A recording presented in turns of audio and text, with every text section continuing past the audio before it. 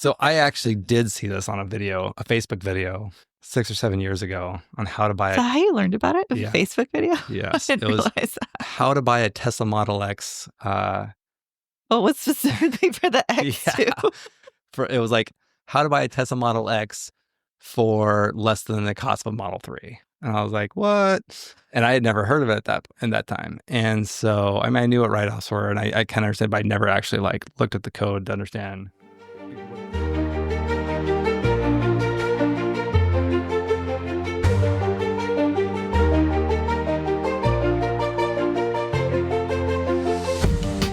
Welcome back to The Broke Billionaires, where we document our daily struggles in building wealth while raising a young family. Join us as we talk creative wealth building for everyday people and couples that are struggling in a down economy. I'm Lauren. And I'm Joshua Masari, and we'll be your hosts.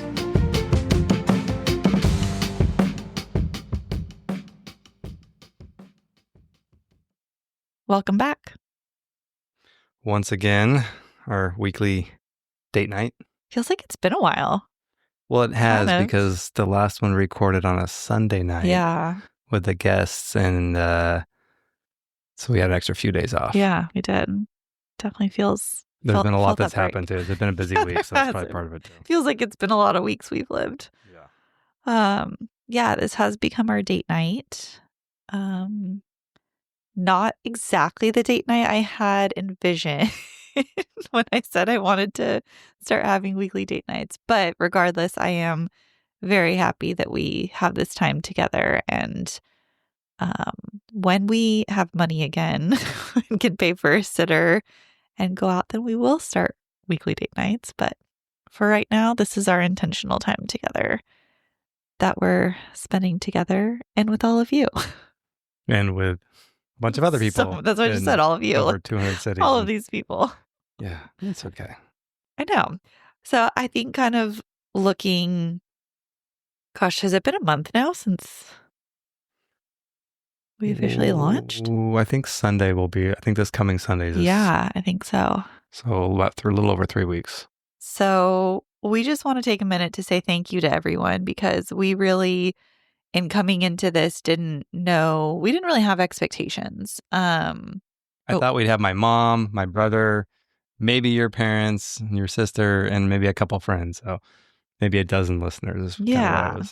I thought like a handful, but we've been pretty overwhelmed with how many people have listened, how many countries. The countries has really blown me away, more so than the cities, like Sri Lanka, Hong Kong, like some, I think I might have said this before, but when, those first couple weeks, we were like, okay, we know people in this city and this city and this city. And now we're up to over 240 cities, and we don't know people in these cities, and we definitely don't know people in these countries that are listening to it. So it's been kind of cool to see. And I think just the response we've gotten has been really supportive and encouraging, and has helped us want to continue to do this and to share our story and kind of our struggles, the good and the bad of what this process is, and that it's not always easy. It's for sure. What do you think? Definitely not easy. But yeah, it's just been a lot. I don't think we had any expectation of how many people would be listening out of the gate. So it's been really kind of rewarding in a way, just knowing that, hey, somebody's actually listening. All this. This is not, putting together a podcast is not easy. We actually do it the hard way. Like everything. Yeah. So, we have, some basic equipment, but, I'm doing the editing. So we'll record an hour, and then I'll spend the next 4 hours editing and putting it together for the show for the next morning. So it's a lot of work. And like we've said before, we do this after our 3 kids go to bed. So it's like 9:30 right now that we're starting this, and yeah, I'm getting more pregnant by the minute. It's harder to breathe. It's definitely getting harder. It's not. So it's a lot of work. We don't make any money from it. It's not something that's an income. This is just another side project that we have. So it's really just, putting this out there to help people. And, and hopefully it'll build a network too, and that'll kind of help us, network with other people and network for doing, maybe partners and deals and stuff. But, it is a lot of work. So having people like reaching out and thanking us for doing this and telling us about the things that they've learned and actually have already started applying into their lives. That's been really cool. It is really cool. And it kind of motivates us to keep going. Like, okay, this is making a difference in people's lives. Like this is worth it. We're not just talking to a, nobody. We're not just talking to a wall. So we know people are listening and receptive, and it definitely helps us to want to keep going with this. It does. And I think just the number of people who have, said thank you for your vulnerability has been really nice to see. And because it's not easy putting yourself out there like this. And that's why we wanted to do this, because most podcasts or even just people that have been successful in business or investing or whatever it may be, they talk about the hard times that they went through when things were bad, but not when they're going through them. It's always like, we're on top now. We were going through it, but nobody really talks about, the tough times as you're going through it. Like, we don't know if we're going to make it or not. I mean, we could be bankrupt by the end of the year, and this whole thing would just be like, oh, look at those guys. Honestly, we're on a day-by-day basis right now. So. I think this kind of motivates us, too, to be like to keep pushing through and be like, we got to make it, because now we have there's just a lot of people listening. Yeah, well, and that kind of creates a little more accountability. So it's a little harder to throw in the towel when you have documented it and put it out there, and like, this is our goal and this is what we're striving for. And it's not just us talking amongst ourselves now, we're actually putting it out there. So I think it does kind of motivate us a little bit too to keep going and keep fighting and get through to the other side. I will say too, I've had a lot of people ask like how they can help support us, and the best way that you can do that is share with your friends, share the podcast, subscribe to it, leave a review or rating once you've listened. But the more we can get it out there, I think that's really the most helpful for sure. Yeah, and subscribing is like the best thing to be able to help out with the SEO portion when people are searching shows or on the podcast platforms. That's the ratings and reviews help as well, but subscribing is probably the number one thing that you can do to help a podcast get seen. Because there's, even if you just search on Apple Podcasts for Broke Millionaires or the Broke Millionaires, there's a bunch of podcasts with similar names that pop up, and if they've been around for a long time, have a lot of subscribers, it's going to bring them up to the top of the page. So just, follow, subscribe, like, review. If you take a few minutes to review, even just rating it, it's just a tap. All you do is you scroll down to the ratings and you can just click it. And it's just a 5-star. You hit the 5-star. Don't do 2 or 3, please. All you do is hit the star, and then it's done, and it automatically enters the rating. The review is just a quick little chat box, or little text box that you do a quick little review. So it all helps in getting the show out there and building an audience. Yeah, we want to start being a little interactive in a sense. On tonight's episode, we'll go over a couple things. We'll touch on Section 179. But we want to answer a couple questions that we've gotten as well from some listeners. So we'll do that at the end of the show. And just kind of going back to our vulnerability and sharing the story, we've had some very generous people reach out to us to offer to loan us money. First and foremost, thank you. That is so incredibly kind of you. And we appreciate it so much. We will figure things out. We are not doing this to get help from people. That was never our intent. We just want to be real and share the struggles that come with wealth building, especially when things are not going well. We really wanted to just shed light on the unsexy side of being a business owner and investing. And, I think that it's very easy to assume that, you hear someone owns a business, they own multiple properties, and your mind just goes immediately to, wow, they must be so successful. And while absolutely that can be the case, if you're in the building phase, it's not so glamorous. It's like the iceberg analogy. We keep coming back to that, but it is true. So I think it's just important for people to know that and to be very real about that. Yeah, I agree. That being said, we have, our business hasn't done well in the last year and a half, and so we haven't had a lot of income from the business, but we sure have had a lot of expenses. Not just in the business, but just personally within investing and these projects that we've taken on and trying to get finished up. We've the last 18 months, we've basically been living off of our savings, our liquid assets and credit lines. I think last year I ended up with a little more than I expected for income, but it wasn't much. It was like 54,000 or something. That was total income for the year. So it's pretty minuscule compared to what we've been used to in past years. But both 2023 and 2024 were about that same. It was just not a whole lot of income to work with. So, we burned through our savings pretty quick when we bought the current project. That was a big chunk of the savings, and without having income, covering mortgage payments and just all the expenses that come with renovating a property, we burned through a lot of cash. We had the two properties actually that we were finishing up. So we had two projects at once that weren't fully renting and just have been bleeding us until one project just finished up in the last year and is currently fully rented. So that one's finally moving in the right direction. And this project we're currently finishing up, we're so close to the finish line.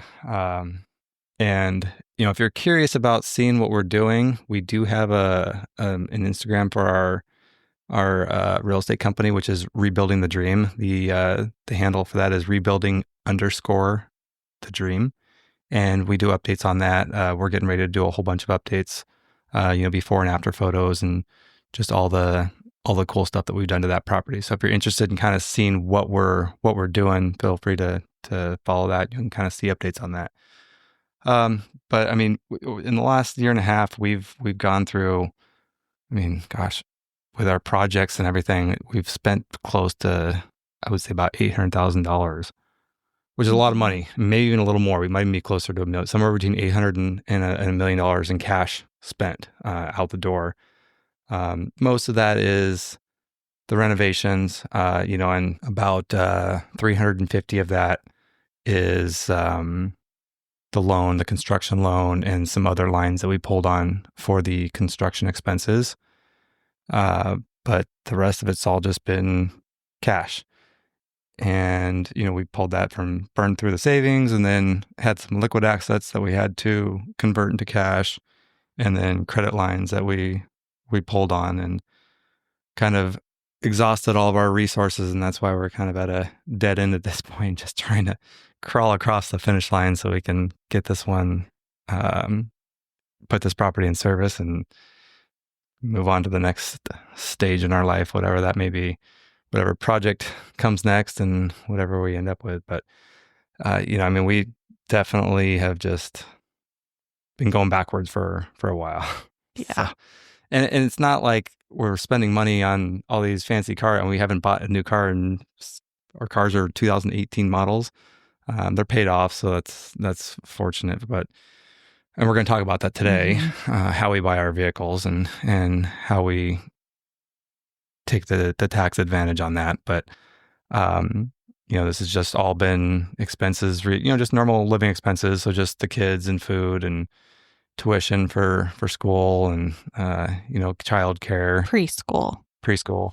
Yeah, we're not even in school yet, just preschool. Yeah. And then a big chunk of that is mortgage payments. So we've had the two properties we've been carrying over the last year and a half, almost a year and a half now. It's a lot of carrying costs with all those renovations and everything. So the monthly carrying costs have just been bleeding us when it's not. It really starts to add up quickly. Well, yeah, when it's not renting, you're just going negative every month. So that's really where a lot of our expenses have gone, is mortgage payment and interest rates on our variable loans, the HELOCs and some of the variable stuff we have. The interest rate's a lot higher than it was 2 years ago. So those payments are double on the same amount of money that's drawn out on it. So things are getting better. Interest rates are coming down. So looking at the statements that every month I feel like, or every 6 weeks when it gets adjusted, like that monthly interest payment comes down a few $100s. So that's kind of nice. So it's trending in the right direction. We're finishing projects, getting things rented, so things are starting to cash flow. So that's taking care of some of those expenses. So it's all getting better. We'll get through. We just got to keep fighting and get to where everything's moving in the right direction.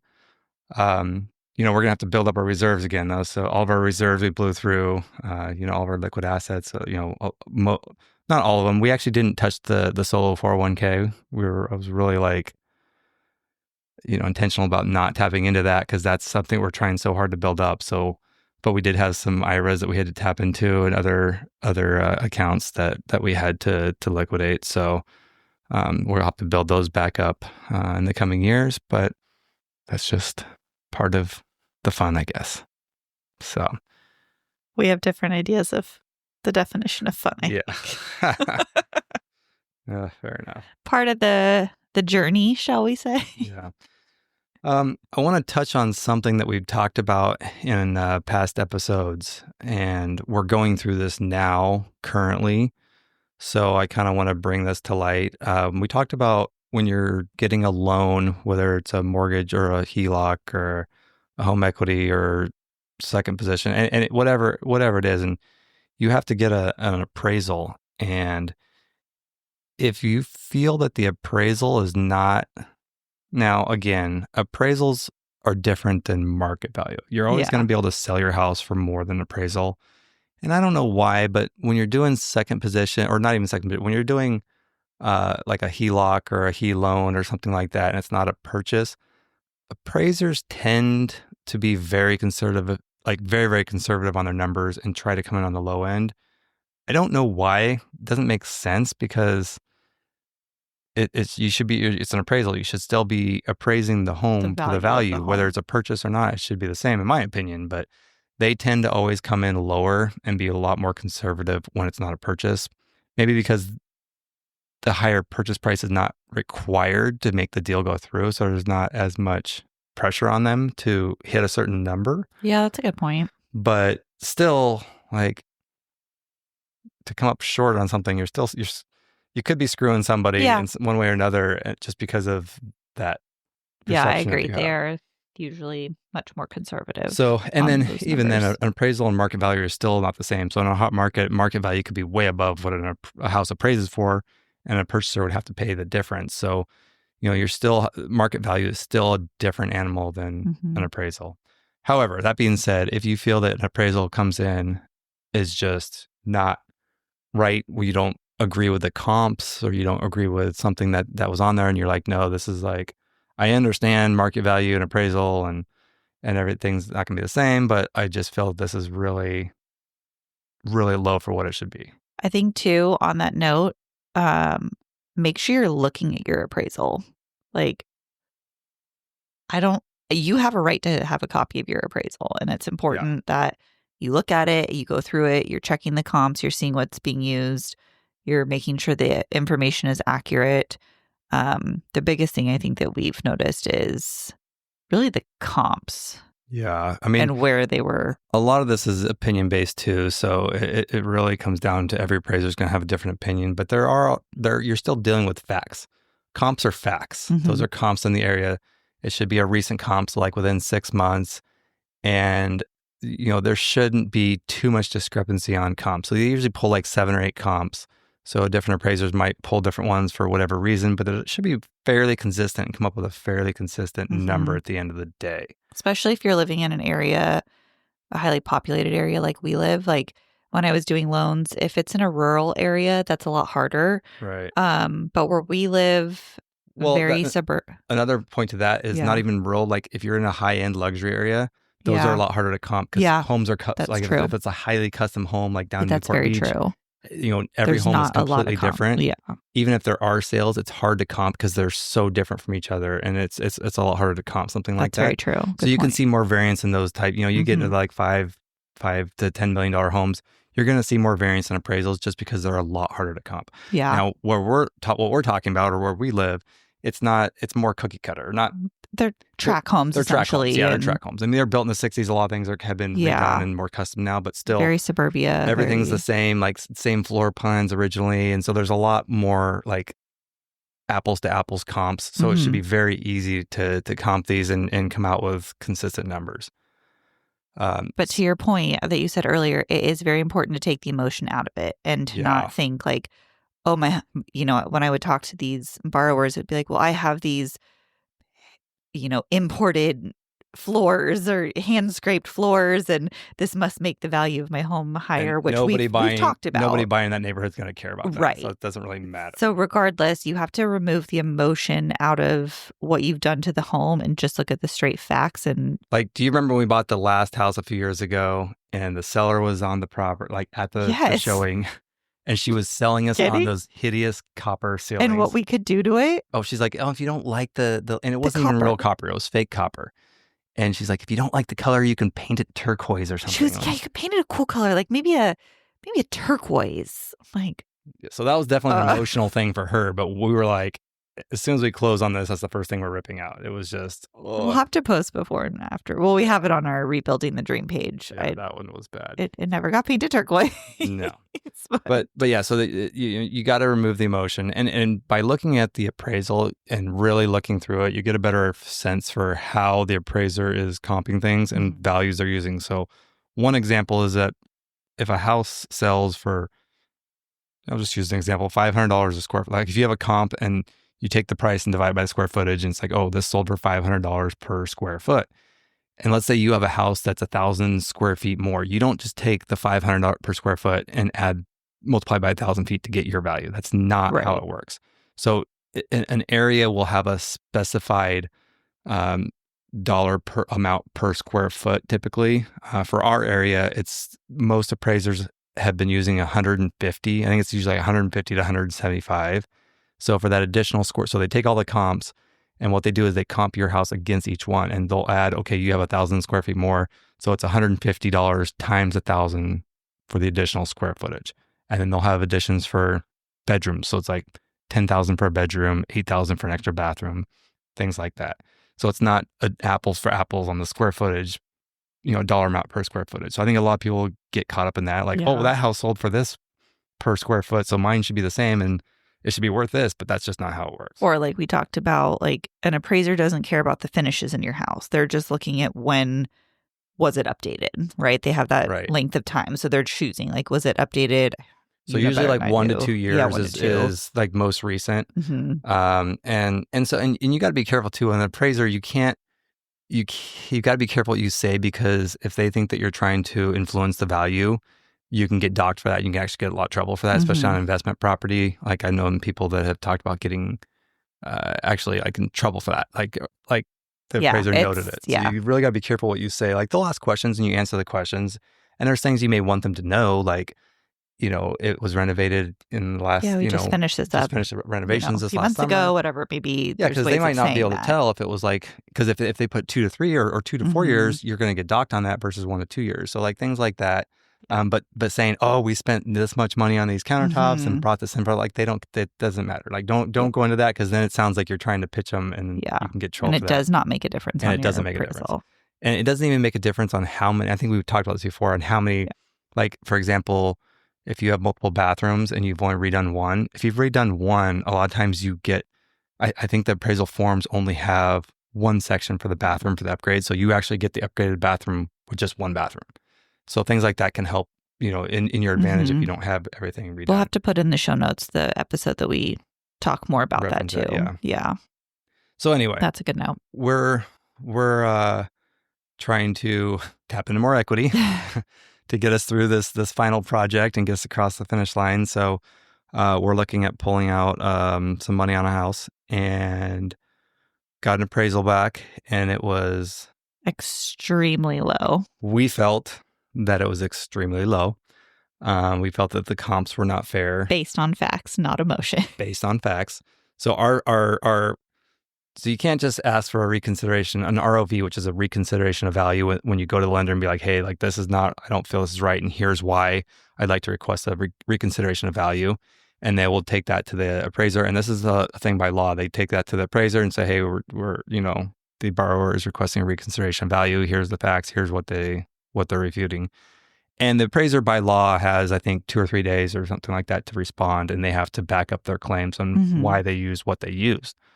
And so you can get, the appraiser can take your comps and be like, okay, yeah, you're right, I missed that one, or you're right, or this or that, or maybe the comps he used, you have reasons why those weren't good comps, and that he may not know, he or she may not know because they're not in that area, but you know that, it was whatever, it was a drug house, or it's been condemned, or it's, it's in a bad neighborhood, or whatever it may be.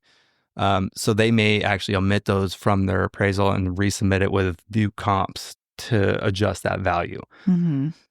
So in our case, the lender, now this is an HEA, which is a home equity agreement. It's a little different type of, not really a loan, but it's a little different type of loan. And I'm not sure if they are governed by the same laws that like a HELOC would be, or a mortgage. So it's a little bit of a gray area. And I'm not people I've talked to don't know either. So did request a reconsideration value because the appraiser, there was 2 properties, one right next door to ours, literally like 4 feet away. The house next door. Yeah, the house next door. And the one directly across the street. Both had sold, one had sold 3 weeks before the appraiser came by, and the other one was like 3 or 4 months. So they were very recent comps. Very close. You can't argue how close they are. Yeah.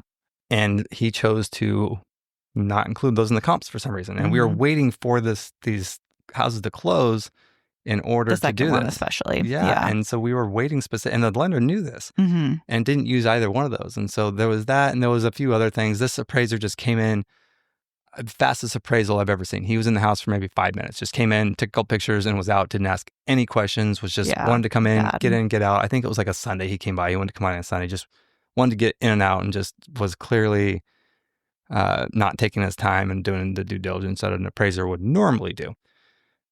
Anyway, so his pricing came in lower than our appraisal from a year or 2 ago in a highly appreciated market. And we're like, whoa. Way off base, and didn't use these comps. Some of the comps he used was like a cash purchase on a house that was not financeable and just needed to be like completely rehabbed. And so we had all this, submitted all this to the bank and said, hey, this needs a reconsideration value. The bank opted not to do a reconsideration value at their own discretion. And again, I don't know if they are governed by the same laws concerning that sort of thing. So maybe they don't have to. I don't know. But after some back and forth, they did agree to send a second appraiser at their expense, I believe. Actually, I don't know. I guess well, if we don't do the loan, it's all at their expense. Yeah, exactly. But they agreed to send a second appraiser. And then they said, if it comes in higher, we'll take the average of the 2. And I was like, well, that doesn't really make sense. Like, send your second appraiser, but if this comes in significantly higher and then you're going to bring it back down because of the other one that was so far off, that's not really fair. But I was like, okay, fine, send it. Anyway, this appraiser came out, did a much more thorough job, asked a lot of questions, spent a lot more time on the property, actually evaluating it.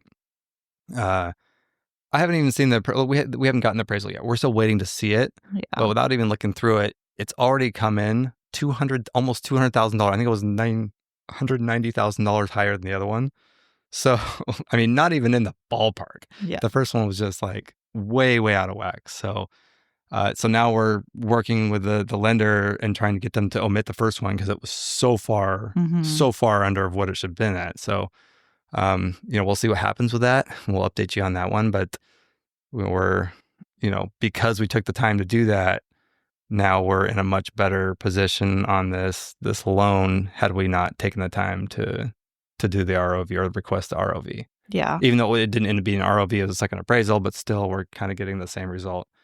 I still think it kind of came in a little low, but I agree. We need to see the appraisal and find out what he was using on his numbers. And yeah, I do want to take a look at it actually, but I do think it's still a little low, but it's much more in the ballpark now. It is. Yeah. Before it was not in the ballpark at all. Yeah. So anyway, we will update you on that once we find out. That's going to be our that's going to be our living money if that goes through. Be our living money for the next few that comes months. through. Pray that works out for us. That'll finish the project that we're completing. So that'll get us across the finish line and just some money to get us through to whatever our next step is going to be. Definitely. So this reconsideration value, this is also for people. I know in the past we've talked about not saying no or not accepting a denial from a lender on a mortgage. I want to touch on that because I know there's been maybe a little misunderstanding on that with some people, but I want to make sure that we're clear that just because a lender says no doesn't mean that you can not accept that and fight that or you go to somebody else and you're going to get a different answer.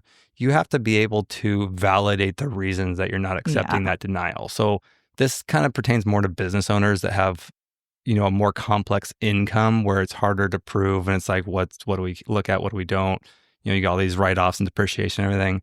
If you just have a set W-2 income and you have set expenses and you have a DTI, no matter what bank you go to, you're going to get the same answer because it's not going to be calculated different. You can't, the math is the math and you can't change that or alter that. So, saying or not taking no's an answer is great when you have the ability to be able to circumvent that and show why you're refuting that and what your position is. Right. But don't just say no to that and then go somewhere else or try to do the same thing or whatever and think you're going to get a different result because that you're going to drive yourself insane because the math is the math. So just be careful on that. Math is math on those. The math is math. So just know what you are working with. And that's all on that. Just a quick disclaimer. The information shared on this podcast is for informational purposes only and should not be considered as financial, tax, or legal advice. Always consult with a qualified professional before making any financial decisions. Your individual circumstances may differ and require specific strategies not discussed here. Now, let's get back to the show. Yeah, I think that's a good note. All right. So this brings us to our cars, Section 179. Yeah. So there's a lot of controversy, I'll say, on Section 179 out there. Is there really? I didn't realize that. It's just floating around the internet. People say it's good, it's bad. But I think a lot of it is people don't understand it. I think a lot of people talking about it, or a lot of people that, it's one of those things that gets thrown around when people don't really understand what it is. You hear about it a lot. Yeah, people don't understand what it is, how it works, and who it works for. Because it doesn't work in every situation and for everybody. So we're going to kind of go over when it makes sense to use it, when it doesn't make sense, how we've used it, and why we use it the way we use it. So Section 179 is part of the IRS code. So if you're like me and you just read through IRS codes because you have nothing better to do. This is my nerdy husband. I love you for it. Yeah. So I actually did see this on a Facebook video 6 or 7 years ago on how to buy Is that how you learned about it? A Facebook video? Yes. I didn't realize that. How to buy a Tesla Model X. What was specifically for the X2? It was like how to buy a Tesla Model X for less than the cost of a Model 3. And I was like, what? And I had never heard of it in that time. And so, I knew what write-offs were, and I kind of understood, but I never actually looked at the code to understand what exactly it was. At that point, I had always used the mileage expense because I was a W-2 employee previous to that. And so I'd always taken the mileage expense on driving my own vehicles. And then when I started my own print company, I was doing the same until I saw this video. And so I started looking into it and I started Googling it. It took me to the IRS website. So I started reading through it. I was like, this is interesting. So basically... Wait, I'm going to interject for a minute because I was at work one day and he sends me, were we engaged? We weren't married yet when we got this. We had to engage. We were for sure engaged, not married. Okay. We were engaged and he goes, were we? Yeah. Well, when I saw the video, we were married, but what do you mean? When we bought the car. Were we already married when we bought the car? No, we were? Yeah. We moved into that apartment right when we got married. Oh, wow, my wife doesn't even know when we got married. No, I couldn't remember when we bought the car. I couldn't remember when we first had this conversation. Anyways, engaged, married, whatever, that part doesn't matter. But if I said that, I would be sleeping outside. Anyways, I get a text from him one day and he goes, hey, how do you feel about driving a Model X? And I was like, are you okay? Okay. So I had to ask if he was okay. I've always been very frugal. Yes. And I think that's probably where you're getting at with Yes, this. that was exactly what I was getting at. As you threw this out there to me, and I was like, well, yes, but really, are you okay? What's happening right now? So the same thing happened with my friends when I told them that what we were doing and how we were doing it. I'm like, yeah, we're buying Model X. Because at the time, Model X started at $100,000. And they still are pretty expensive, but I think they've come down a little bit. But at the time, the cheapest one you could get, or the one we were looking at, was right around $100,000. I think it ended up being a little more after the fees and stuff. But he told me there is a catch, though. We'll get to that. Yeah. So when I was telling my friends, it was the same thing. They're like, "You're so cheap. You're so frugal. I can't believe you would spend $100,000 on a car." Blah blah blah. I'm like, but like at the end of the day, this is all it's costing because of the way we're doing this and what it's saving. So the reason we did it with the Model X is because of the EV credits at the time. So that helped a lot in the Did you even look into any other cars at that time, or was it just?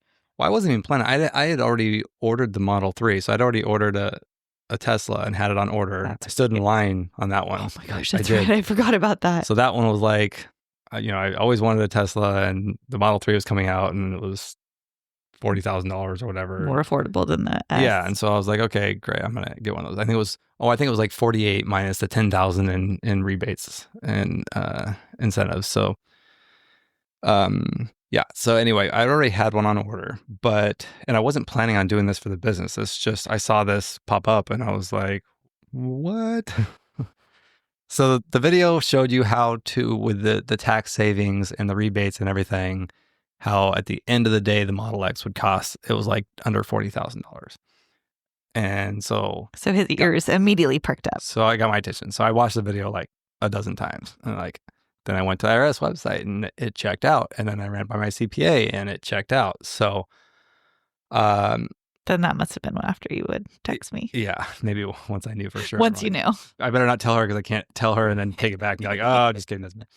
Okay, so Section 179 is pertaining to depreciation for a business. And we're going to talk about how it applies to vehicles. And this is intended for business use vehicles, vans and box trucks and things like that. Mm-hmm. Or, it could be like a passenger vehicle for a transportation company or things like that. But there are ways that you can use it for your business and buy a vehicle that's more for personal use after you've used it for the business.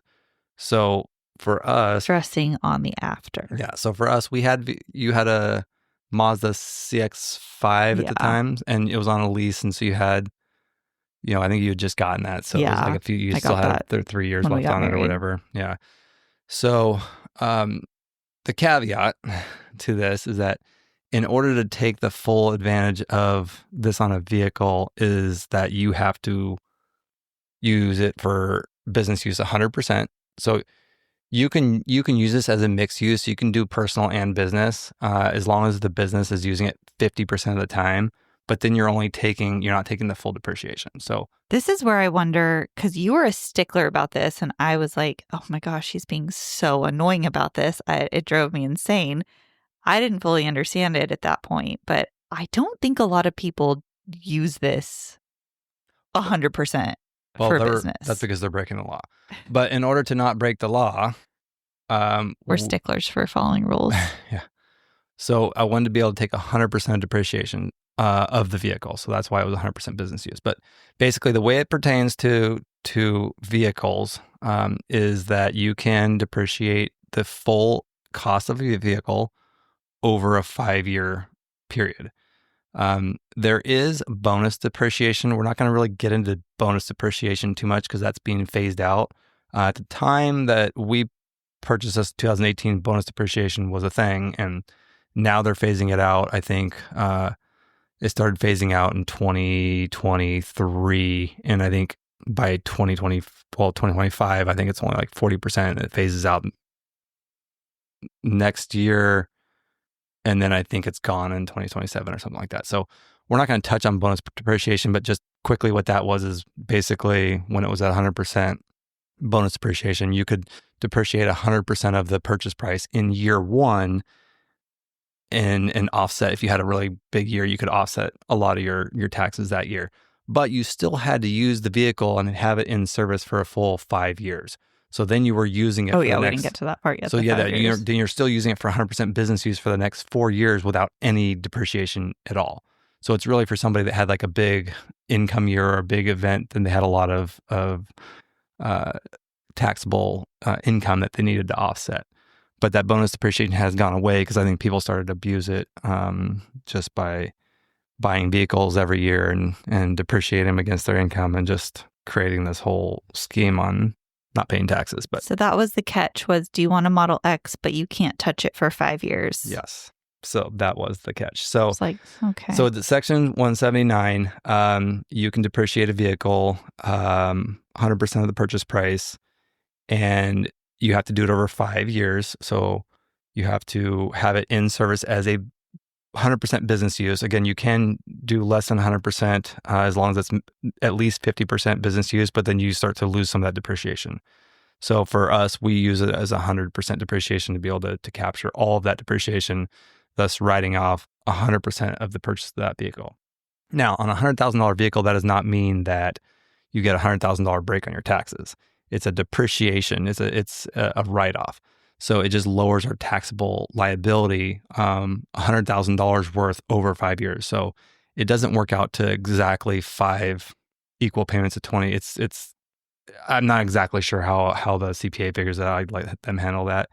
But just to keep this simple, let's just say over 5 years, it's $20,000 per year. So you lower your taxable income by $20,000. And let's say you're in the 25% tax bracket, that's going to save you $5,000 in actual tax savings each year. And then on top of that, because it was an EV, and at the time we had the full federal and California rebates. So it was a total of $10,000 at that time. So we got $10,000 back on the purchase of a $100,000 vehicle. So that essentially brought the purchase price down to $90,000. Then we saved $5,000 over the next 5 years. So you're looking at another $25,000 there. And then we had, so the insurance you write off, the interest you write off. It was a pretty low interest loan, but that was also part of a write-off. So at the end of the day, I don't think it ended up being under $40,000, like the video said. Yeah. But it ended up being a pretty good, because the taxable, actually, so the taxable rate, because we had some higher income years, the taxable rate was probably more than 25%. And we also had California taxes that was saving as well. So I think it ended up probably being closer to like 30 or 35% savings each year, or most of those years that it was saving. So I think it came out to like, maybe at the end of the day, it cost like $50,000. I think I calculated one time, and it was around a $50,000 purchase for a $100,000 car. So basically, you got a $100,000 car, you save $50,000 in with rebates and tax savings. So at the end of the day, it's like basically buying a nicer car for half the price. And we did it. It wasn't just like to buy it. It was because we knew we were going to need a family vehicle down the road.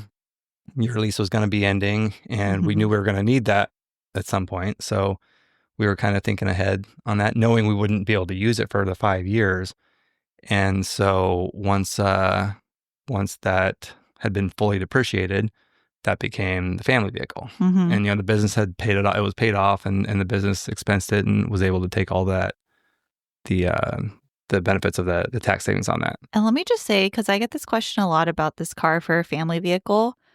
Actually, I don't even know if I told you this. I was out the other day, and this guy was on the phone with his mom, and he stops me. I was getting one of the kids out of the car. He's like, "Hey, I have a kid on the way. I really like this car. Like, what do you think about the doors? Like, is it really inconvenient?"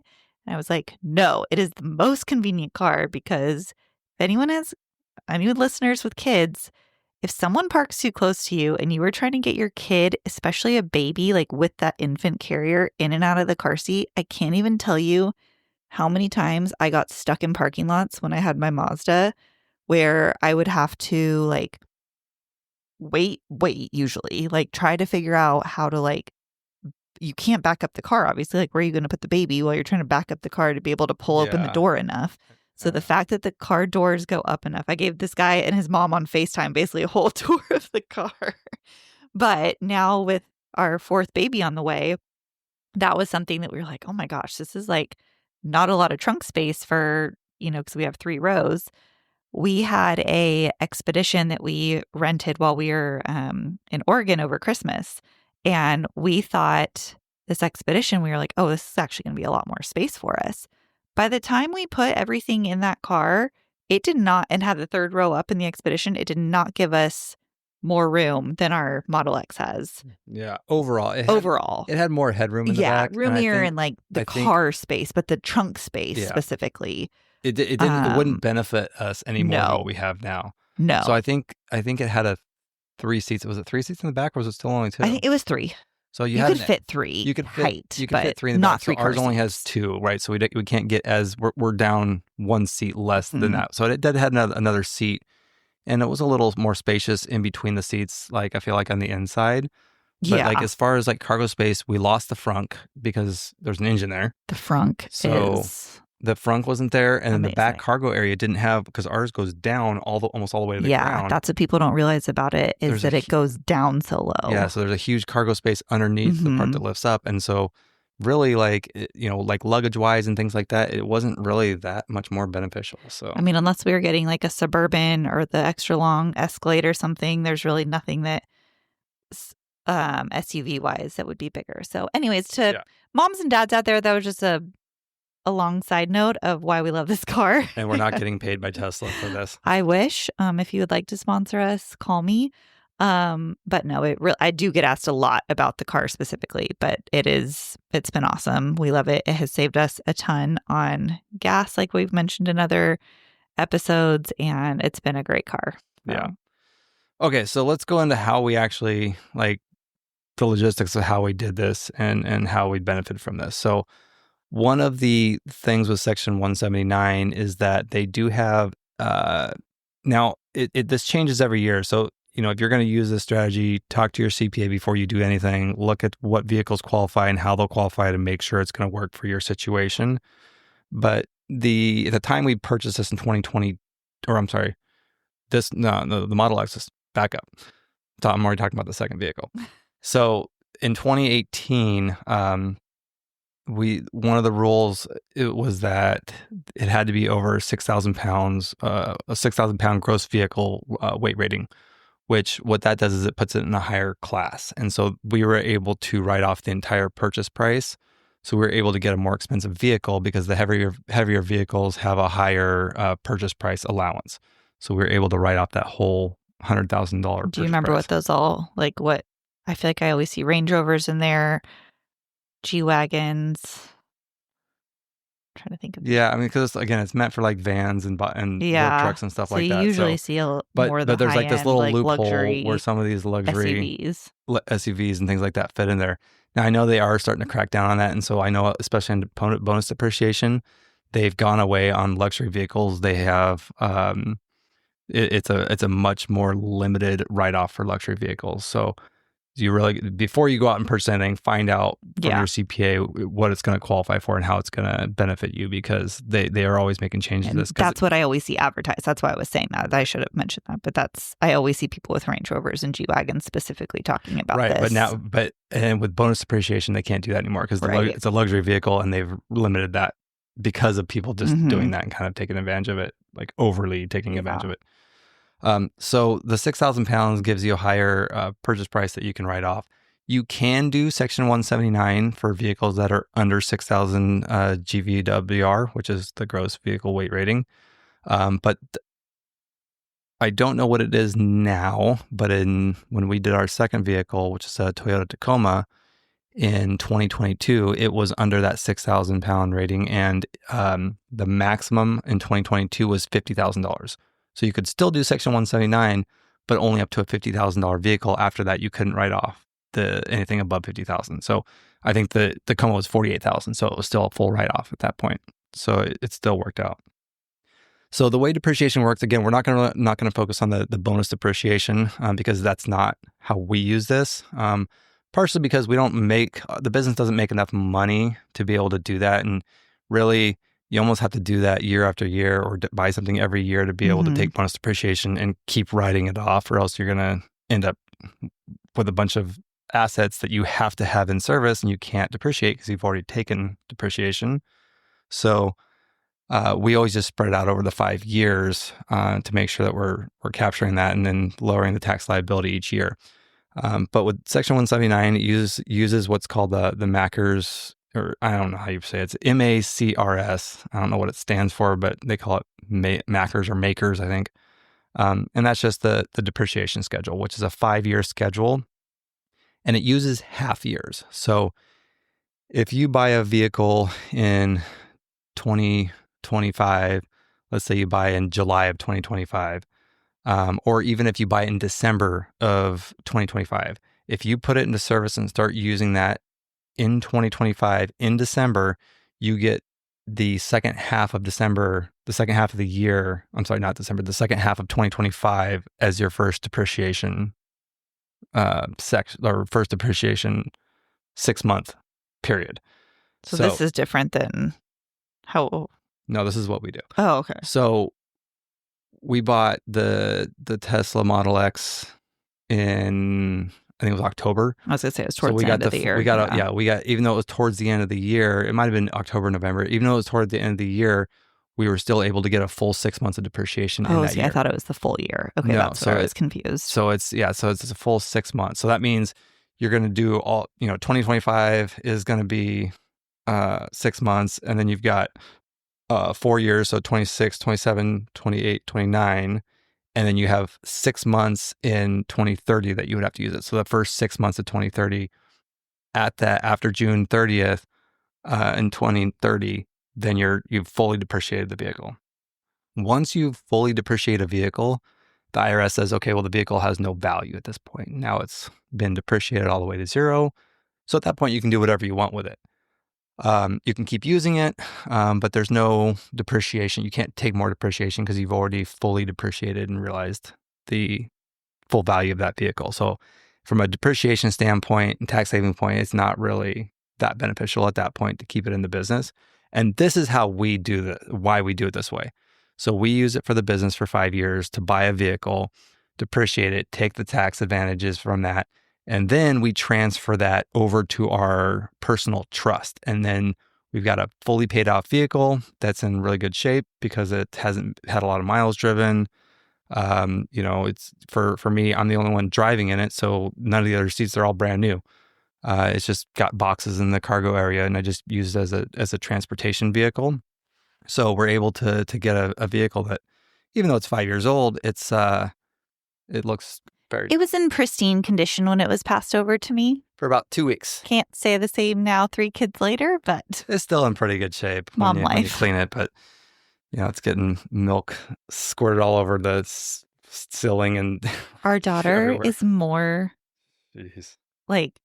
Love her, but she is so much messier than our sons are. She is disgusting. I didn't want to say that, but she is. She's such a mess. She is. Oh my gosh, that girl. So that's how we use this. We use this to buy our vehicles. The company pays for it, makes the mortgage payment, pays off the vehicles fully. Once it's fully paid off, fully depreciated, it's taken all the tax write-offs. Then we transfer it from the business over to our trust, and we've got a paid off vehicle now. That's for personal use or whatever we want to use it for. So with a business use, you have to use it, again, 100% of business use to take the full advantage of this, and you have to run that out for 5 years. Now, if you don't use, let's say you do take bonus depreciation, or let's say you run this out for 3.5 years and you decide to get a different vehicle, or it's not working out or whatever, and you just want to use this as a personal vehicle, or you decide to sell it, anything like that.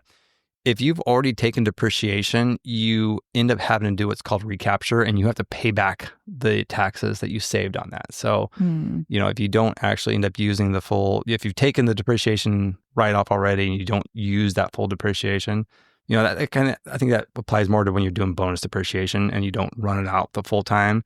You got to pay that back. So you really got to have a plan that, hey, this is going to be a business vehicle for 5 years.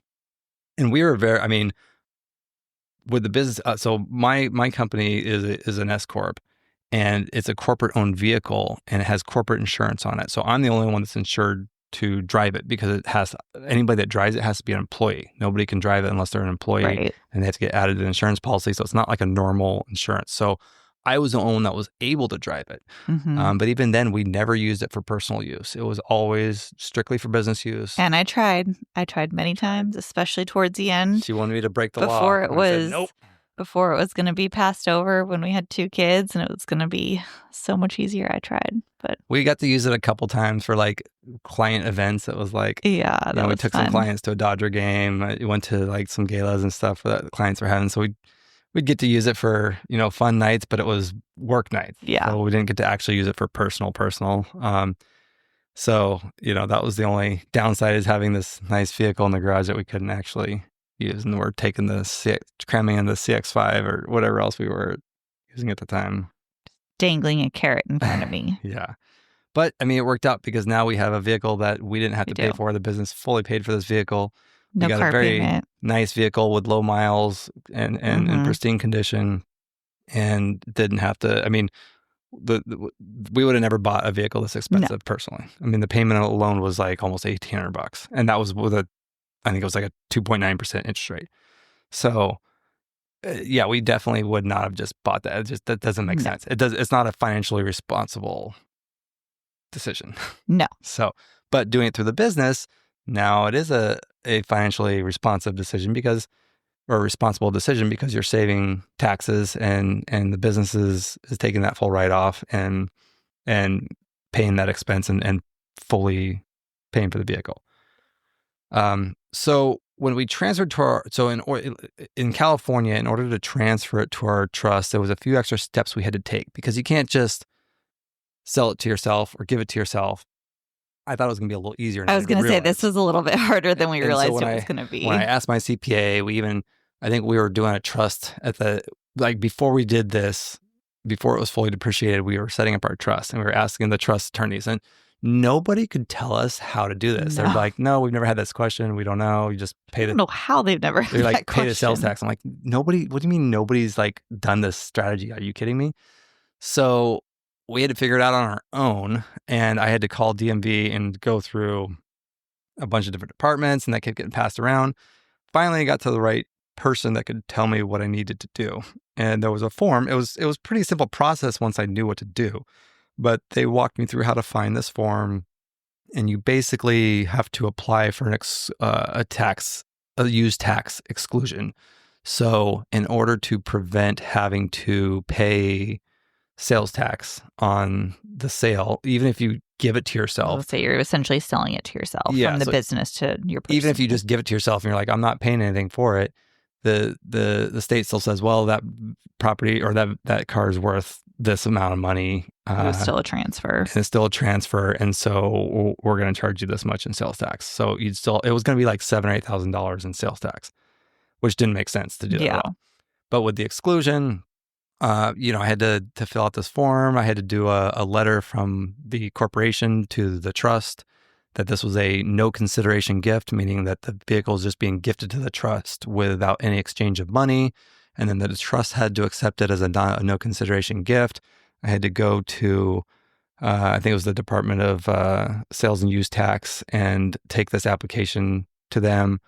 Wait a couple weeks, and they approved it, but it's just a little extra step that you have to go through. And I think most people don't take the time to do this, but end up saving us $7,000 or $8,000 in sales tax. So it was well worth it at the end of the day. So we were able to transfer that to the trust, into our personal trust, without any transfer fees or anything. Or I think there was a fee to transfer title, but without any tax implications. So there is a way to do that. It's just a little bit of a tricky process, but it is doable. And so that's how we did that. And we did it again in 2022 with the Tacoma. That one, what was it, 22? It was 22, right? When we got the Tacoma? Yeah, I think so. Yeah. Yeah.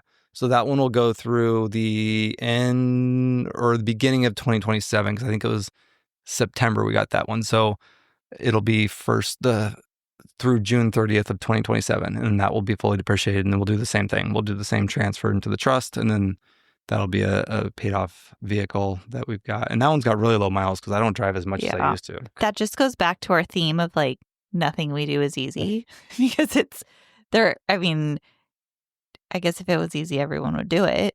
But it is, it does take research and time, and you really, really look into how to make all these things happen. It's not just information that's openly out there, right? Easily to find, I should say. So, we definitely do some digging on that, because even the professionals that should have known how to do this weren't able to tell us how to do it. Okay, so let's talk a little bit about, like I said, there's a lot of people that say, oh, Section 179 is not what you think. It's bad. Don't do that. Do this instead. And there's a lot of controversy on it that do this and do that. But it's not for everybody. And I want to talk about why. So there's also the mileage. I think people are more familiar with the mileage expense, and you can do this. When I was a W-2 salesperson, I used the mileage expense. And the mileage expense now for 2025 is 70 cents per mile. So it's actually 70 cents? 70 cents a mile. So it's actually pretty high. So what that means is this Section 179, for example, probably, so I used to drive a Camry, and I used to drive like 20,000 miles a year. So in my older days of driving, it wouldn't have made sense to do Section 179 for a couple reasons. One, I wasn't buying higher end vehicles, and I was buying a Camry for $20,000. And $20,000 spread out over 5 years is $4,000 a year. And so it's not a lot of savings. When I was driving 20,000 miles a year, if you look at 70 cents per mile, that's $14,000 per year in deductions. So over a 5-year period, a Camry that cost $20,000 could save you $70,000 in write-offs. So that's, in that case, it definitely does not make sense. So let's talk about when it does make sense. Hey guys, if you're finding value or just want to follow along on our journey, make sure to hit that like button and subscribe. That would help us tremendously. You can also follow us on Instagram @TheBrokeMillionaires, and be sure to share with your friends. Now let's get back to the show. So it can make sense if you're buying a vehicle that's higher priced and if you drive less miles a year. So it really only makes sense if you're buying, like the Tesla Model X or a Range Rover or, like an Expedition or some of these larger SUVs that, they're all kind of expensive these days. But, it doesn't make sense to buy a $20,000 vehicle and use Section 179 because you're probably going to be further ahead using the mileage expense. It also comes down to how many miles you drive a year. So if you are somebody that drives 20,000 miles a year, then the mileage expense might actually be more beneficial to you. But for me, I don't drive as much as I used to. I actually drive very little. I probably drive about 5,000 miles a year for business now. And in that case, I'm never going to rack up a lot of depreciation based on miles. So the Section 179 gives me more write-off, especially when I'm buying higher priced vehicles. So even with the Tacoma, which was under $50,000, it's, I don't drive that much. I don't even think I have 10,000 miles on the vehicle, and I've been driving it for... Really? Yeah. This will be year 3. So, I really don't drive much, but I'm able to take more depreciation by using Section 179. So, if you're buying higher priced vehicles and you don't drive a lot of miles a year, this is a good way to be able to depreciate the expense of that vehicle. But again, you really got to look at your situation and really see what makes the most sense and what's the most beneficial. So, you hear, just buy a vehicle, Section 179, but you really got to look at your scenario to see if it's really more beneficial to you or not. Yeah. And you got to follow the rules on, the weight of the vehicle. So you got to be careful, because if you go out and buy an SUV that is under 6,000, like you go buy an $80,000, $90,000 SUV it doesn't have the 6,000 pound gross vehicle rating, like you can get in trouble, because then you just spent a vehicle that's going to max out at probably $50,000 of write-off. And so now you really limited how much of that you can write off.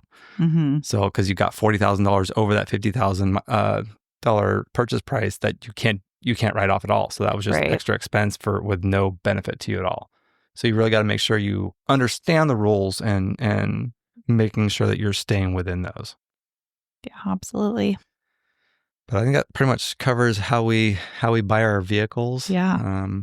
And we'll probably, as long as this is available, we will continue to use this moving forward. We were looking to do a Rivian, but the Rivian never came out. And so I ended up having to get the Tacoma, got the Tacoma instead, which in the end probably will be more beneficial with the houses and stuff. Like once that's a better vehicle, a personal vehicle, I think we'll get more use out of it anyway.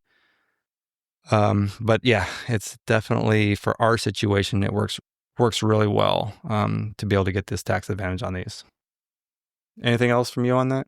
No, I think you just about covered everything. I think that's a good explanation of why. So I will say, even though I drove it for the first 5 years, I did let you pick it out. You got to pick your color. You got to pick everything out on it. So it was your vehicle. I did get to drive it off the lot, and it was like, this is your one time you can drive it. And that was literally And you got around the corner. I'm like, okay, get out. Yeah. And then I took it out of the showroom, I should say. And yeah, because that was back when Teslas were still pretty new. Yeah, it was everyone would line up, all the employees would line up and clap. It was actually kind of cool. That was kind of cool. They don't do that anymore. No. But I will say that when it did transfer over, I did put a big bow on it for you, and you did cleaned it up and it was pretty clean already, but I think I gave it a nice cleaning. And you did. It was like that moment you've always thought of when you get a new car, of having the big red bow, and I had never had that. So I did very much appreciate. I might have thrown a new car smell set in there. I don't remember. But yeah, so it was kind of funny. I feel like it actually smelled like a new car still, honestly. It really the seats were never used. They were down the whole time. And so it still actually smelled like new leather at the time. It was kind of crazy. But yeah, it was kind of funny because we've had this vehicle for 5 years, and then there's a red bow on it, and you're just getting the same vehicle you've been looking at for 5 years. But it worked out. It's been great. The plan worked out. I was very appreciative of it. Thank you. Okay, we're going to jump into, like I mentioned earlier, we're going to start taking, maybe not every episode, but here and there, we'll take some questions. And so we have 3 questions tonight. The first one is, how do we feel about being an out-of-state landlord? And I'll start this and you can kind of take over. But obviously we are not only open to it, but we do it. The majority of our properties are out of state. And you kind of handle this a little bit more, so I'll, defer to you. But I would say, from the part that I handle, I would say definitely have a good team in place, which you've done a really good job of getting that set up. And our properties are not all in one state, one city. They are pretty spread out. So that is definitely a piece that I would say. I wouldn't say pretty spread out. We're in two states. Oh, that's Texas, right. Texas, and South Carolina. So we use a lot of the same team for the same property management. But we found 2 markets that work, and not that we're not open to other places. That's just where we've had the deals have come, and that's kind of where we started building portfolios, and that's just the way it's worked out. But I don't want to make it sound like we have one property in each state all over the place. No, sorry, I didn't mean like that. So our total unit count is 22. We have 22 doors that are out of state. Mm-hmm. So we've just sold a lot of them. So we've got 16 doors in Texas. Those are both multifamilies, so it's actually only 2 properties. It's a 14-unit apartment building and then a duplex. And then the other 6 are in South Carolina. And just going through it, we've talked about this before, but we just went through kind of a dispo cycle. So we sold off a lot of the properties that we had. So right now we don't have as many in South Carolina as we did, but we're kind of starting to build that back up as we're starting to see deals again. But yeah, so we definitely, it's a little different. So we've never seen, we have never physically seen, neither of us. I've never been to South Carolina. I have not either. We've never been to the cities that these properties are in. I mean, some of these we bought 7-8 years ago and ran the cycle on them, rented them for 5-6 years, sold them. Still have a duplex in South Carolina that I think we're going on maybe 7 years now. Never seen it. So, you don't have to.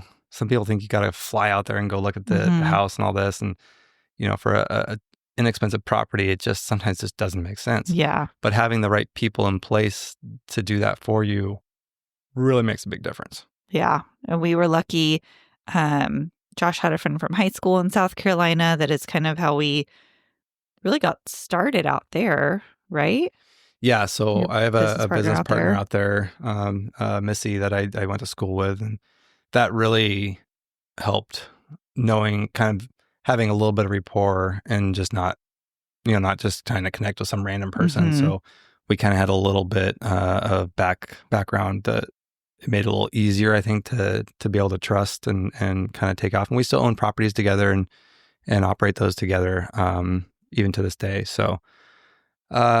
Yeah, so just having the right people in place, but it is, you do have to, there's a lot, there's a lot you can do from afar, number wise and evaluation wise, but there's still things that you would never know, and you can get taken advantage of really easily. So having somebody you know and trust, like on the ground, your boots on the ground, is so important. Took the words out of my mouth. You look at pictures, a house could look really good in pictures. But you go in there and there's things that you might not be able to realize. Like there might be, walk in and smell, like she's walked properties and walked in and be like, nope, this smells like mold. Like, and just be like, you're not doing this. So I would never know by the pictures. And, you do inspections and things, but there's still things that they may not catch, or just, you got to have somebody that you trust to be able to actually walk it for you.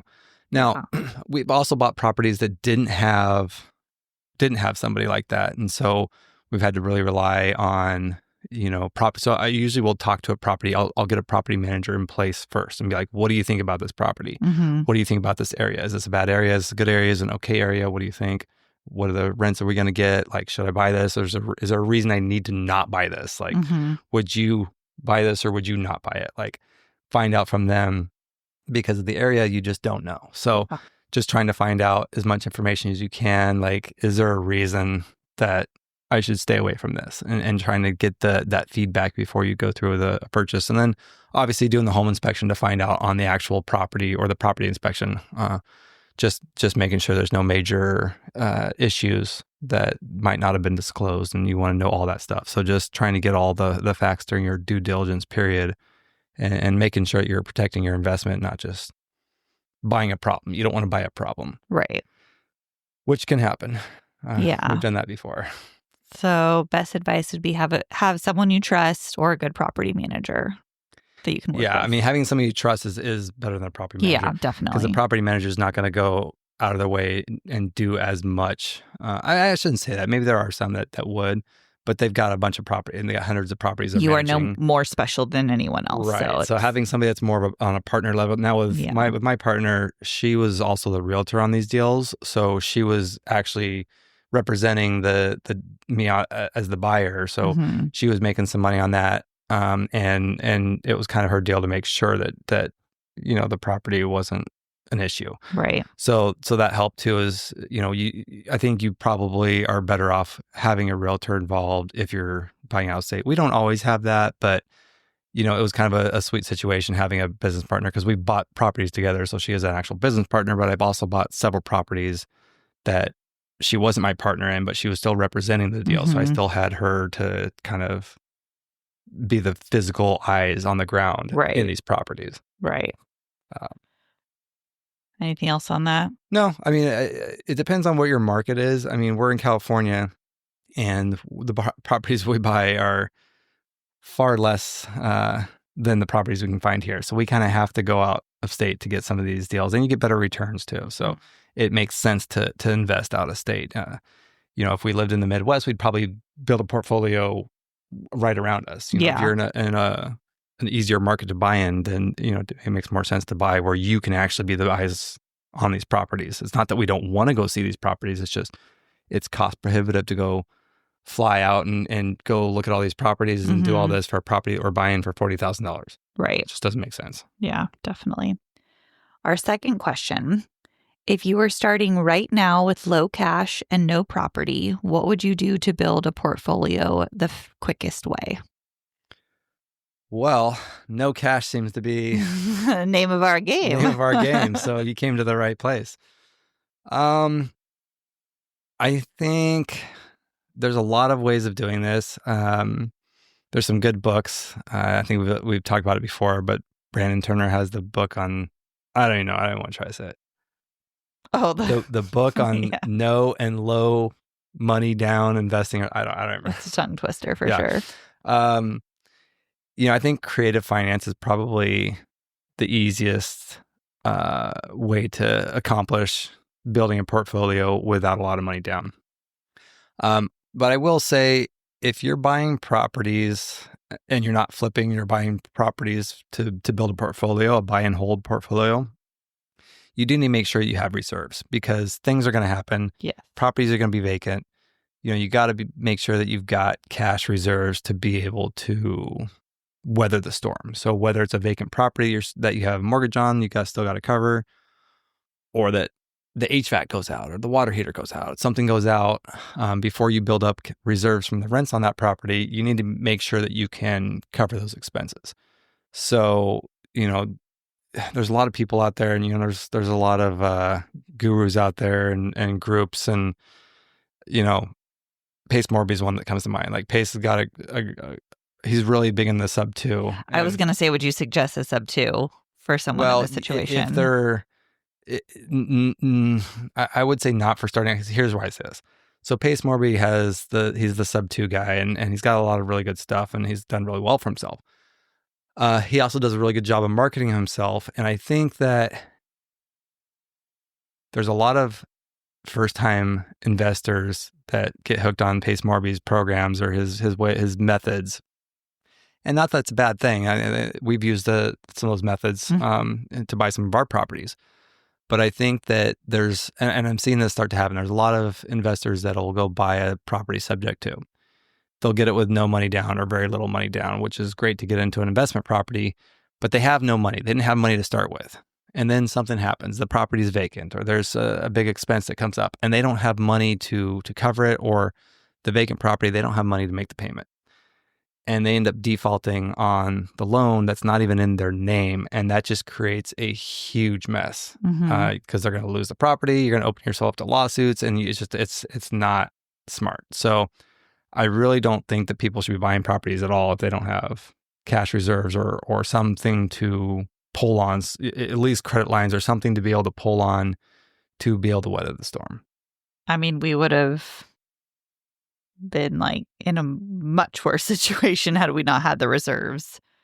Yeah. We had our reserves and our credit lines to be able to get us through. Cause we're, these carrying costs on these properties that we have are massive. Yeah.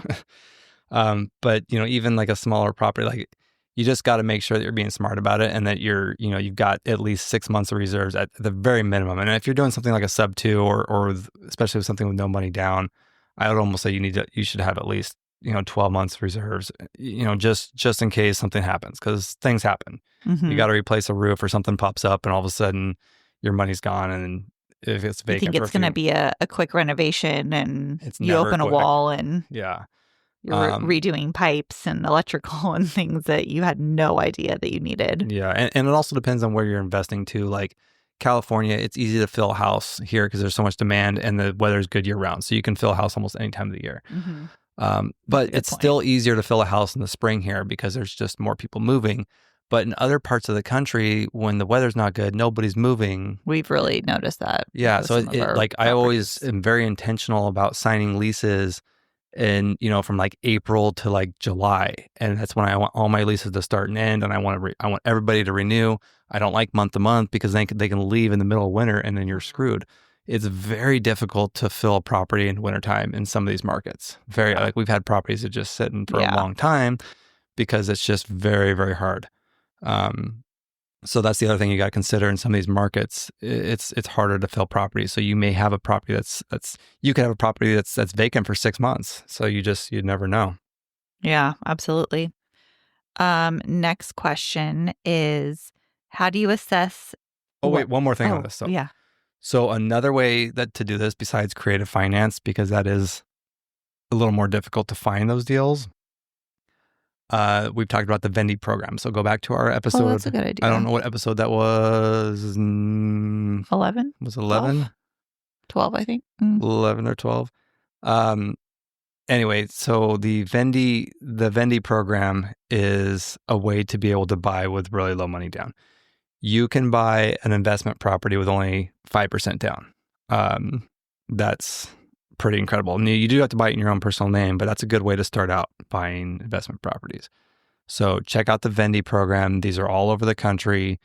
You in different markets. I think they're usually between 50,000 and 400,000, but you can buy something with 5% down. So that's another good way to buy with a conventional loan from a bank with low money down. So that would be another suggestion on that. Yeah, I like that.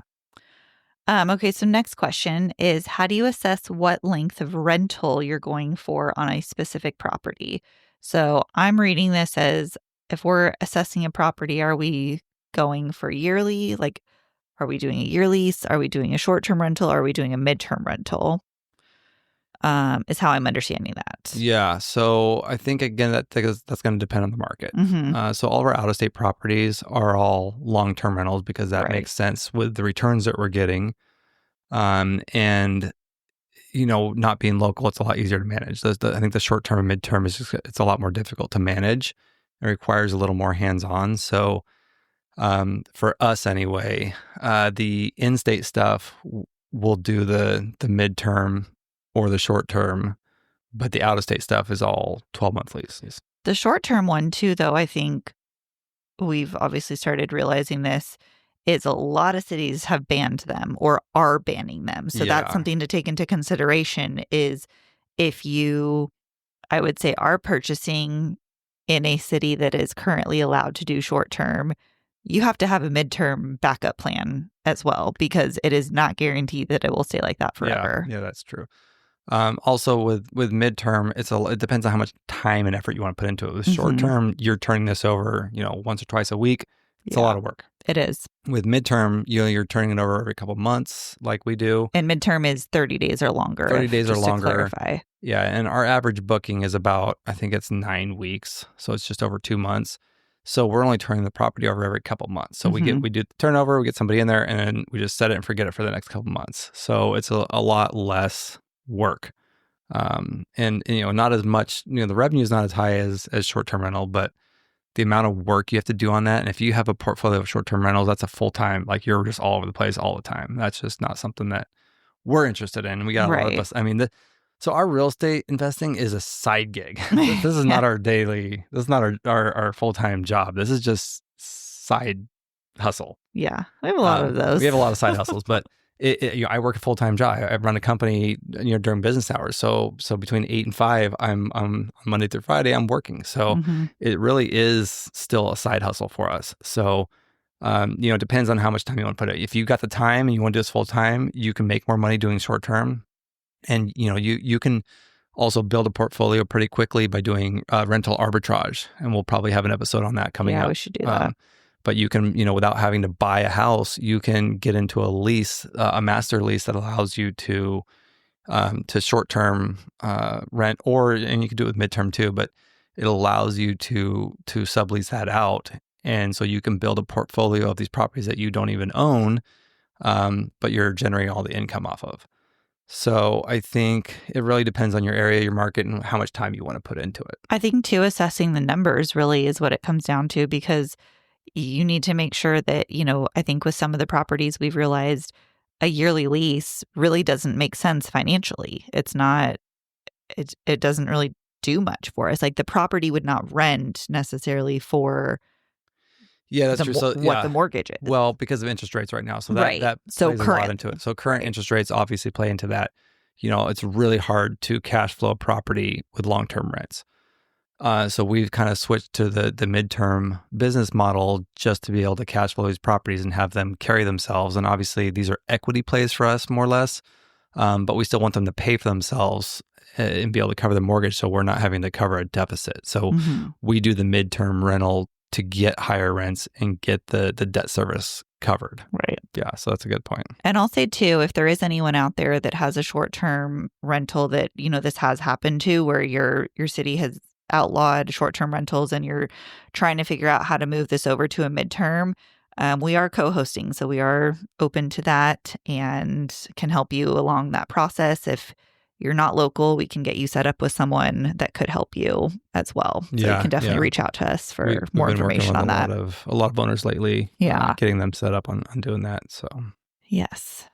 And then one more quick thing, we had somebody reach out that listened to the self-directed IRA episode, and they were really curious about it, and so they looked into rolling their IRA over into a self-directed, and with Schwab, they were able to get a self-directed IRA plan set up for free, didn't cost anything, and get that rolled over. So shout out to Miles for bringing that to my attention, because we do a solo 401k, which is different, so I wasn't real familiar with how setting up the self-directed IRA was. There's a little less red tape and it's a little easier to get set up, but apparently Schwab is really good for getting those set up and free. And so, so if you listen to the self-directed IRA episode and are interested in that, check out Schwab, because they do those accounts and apparently they are free. And you can just roll your IRA over into the self-directed IRA and start using it for alternative investments. I think we said this at the beginning of the episode, but it's been really cool to have, that kind of feedback come back, that people have been able to use some of this advice that we're talking about and, do the research that they need to on their own, but also that these things have worked and they're able to now take advantage of some of this stuff too, which has been pretty cool to see. Yeah, absolutely. If there's anything that you guys want to hear about, if you have questions, feel free to reach out. Let us know. If you or someone you think would be a good guest on the show, we're always looking for new investment ideas, new business ideas, just new people to interview. We're lining up all our interviews kind of for the next few months. So if you do want to drop us a line and let us know and be considered for a guest, we'd be happy to hear from you, or somebody that you maybe want to nominate or refer over. Yeah, that would be great. All right. I think that's pretty much it. I think so. Turned into another late night. Yeah, as always. So, all right. Appreciate you guys' time. We'd appreciate, subscribing and rating and sharing and spreading the word. And we'll keep doing this. All right. I think that's it for tonight. All right, guys, get out there and make it happen.